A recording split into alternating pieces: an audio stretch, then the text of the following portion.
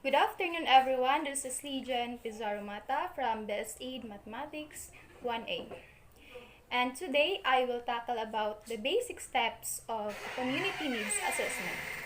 Defining our community can give us a sense of why gaps may exist, and it also helps us to identify the groups or sub-communities that tend to feel the effects the most.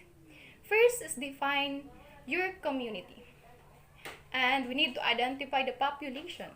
Because while the lives of those who are in our community are unique, needs are often filled by the groups of individuals. Your goal or our goal is to understand the culture and social structure of our community to better target our program. If you are addressing homelessness rates among veterans, you'll want to analyze those who are the most at risk or in our community.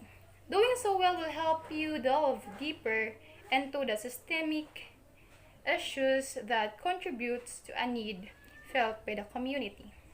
Further analyze your population through demographics such as age, gender, race, income level, ethnicity, and more. So, kita as community leader, if we are a volunteer also, kailangan na to tanawon ang population sa ato ang community. Especially, tanawon na to kay lahi-lahi ang ang race, especially ang age ana is magadako every year, di ba? Maga edad man ta every year, and especially the gender, no? Atong community kay syempre we are not talking all about sex lang, but also the gender since we have 4 genders. And also the race, kay lahi mag-race no ang sa isa community. No, daghan kay race, lahi atong race. And income level, especially no dili man tanan dato ang nakapuyo sa isa community, napod mga poor among the poorest or poorest among the poor. No, kasi sila tong mga pobre sa tanan pobre. Ano also natay mga ethnicity no daghan kay mga Manobo no lalay tag ethnic sa atong group. Now we need to know the population of our community, especially kay ang atong available resources dapat enough lang sa pila ka tawo ang nasa atong komunidad, especially when we are volunteering, no, and when we help people. So dapat i-consider nato kung pila kaya ang matabangan nga area o pila lang kaya ka tawo ang maka-receive nga help nga atong gina-provide sa ilaha. And second, we need to consider the place. Especially no kung walay tao, syempre wala pud nay place. No? We need to know the place. No, communities and sub-communities tend to center around place where people live, play, work, and gather.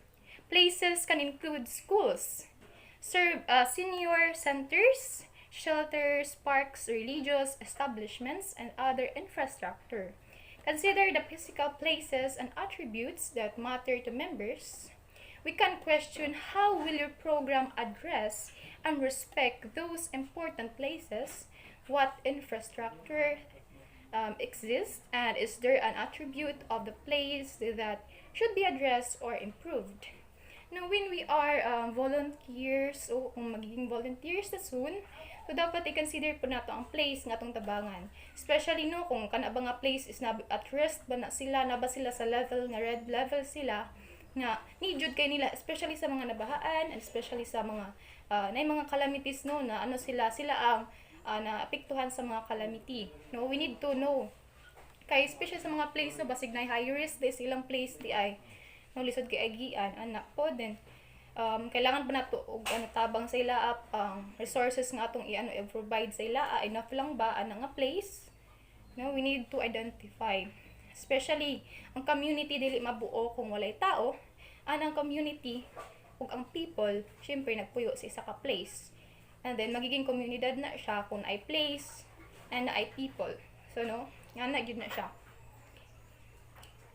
And that's all for population and place, and we will look forward to the attitudes and values.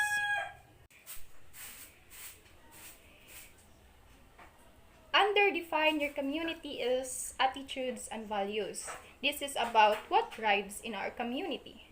We can question what do people you serve care about, what beliefs are important to consider and respect, what are the local attitude towards certain issues, and you can question also what biases me some hold. So, sa community, lahi na siya attitudes and values, no? Na sila yung mga policies, no? Every community, there is policies, rules, and regulations that we need to consider. Siyempre, kay matumata sa laing community, maging volunteer man ta nila. So, we need to follow the rules, regulations, and policies. And we can interact other people nga lahi pud sila og attitudes, no? Kay nami mga tao nga maka-offend sa ila ang the way how we talk sa ila ang atong language, so we need to respect their beliefs also, no? Kay naman sa mga beliefs, so we don't need to judge them kahit tao pud sila. And sa isa ka community lahi-lahi jud nag race, ethnicity, no? Nagatapok na sila, so tsamba na lang og kanang kaano nimo pareha nimo race.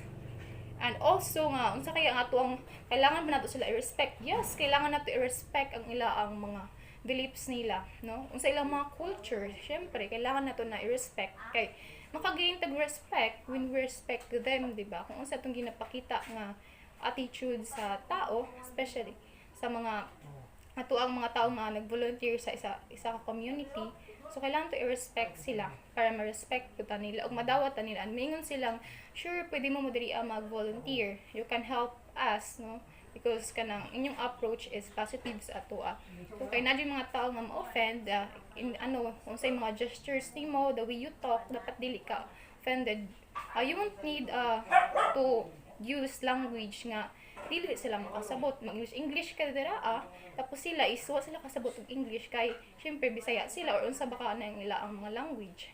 No, we need to consider that as volunteers. Syempre kay ang community needs assessment, and CWTS talks about community service, and being a volunteer is really a nice thing to do, no? Kay makatabang ta sa atong isig ka tao. And that's all for defining your community.